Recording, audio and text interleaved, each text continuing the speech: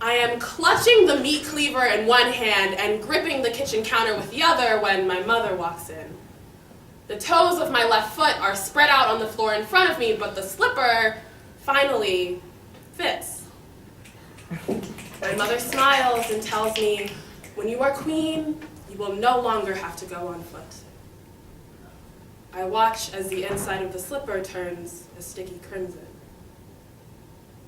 We only make it to the outer fields of our estate when the prince forces us to turn back. Doves whisper in his ear, telling him to check my shoes for blood. He trades me for my sister, but she doesn't even make it to the gate before she is rejected too, her bloody stockings giving her away.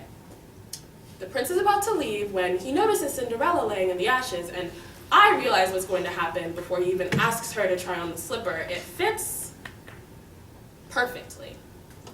The doves sing their praises. They get married a week later. Cinderella asks me and my sister to be her bridesmaids, and we say yes immediately in hopes of fixing our tarnished reputations. I am mentally calculating all of the things that she has in her wedding that I wanted in mine when the doves swoop in.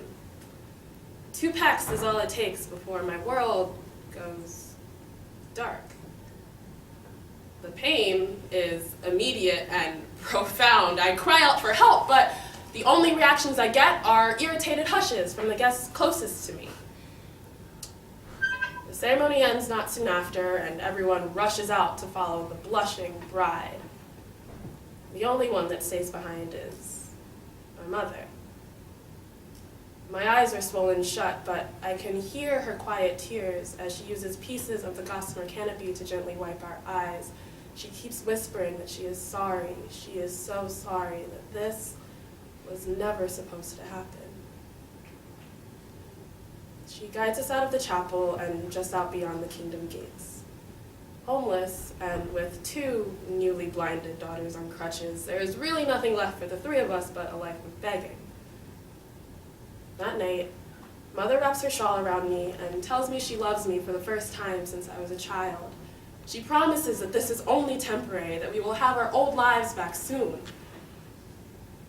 The next morning, she is nowhere to be found.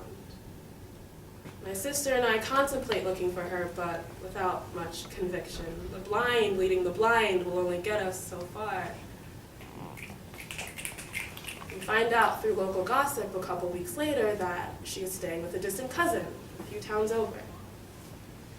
My sister essentially kills herself, refusing to eat any of the scraps we foraged, turning up her nose until starvation made her too weak to do even that. But I'm still here, and the other beggars are kind, almost to a fault. Whatever change we collect during the day is shared equally amongst the group at night, and since people tend to pity a blind girl who can't walk, I bring in a fair amount of money. They've started putting Cinderella's face on all the coins. Now, every handout I receive becomes a taunt from total strangers, a mocking reminder of why I am here.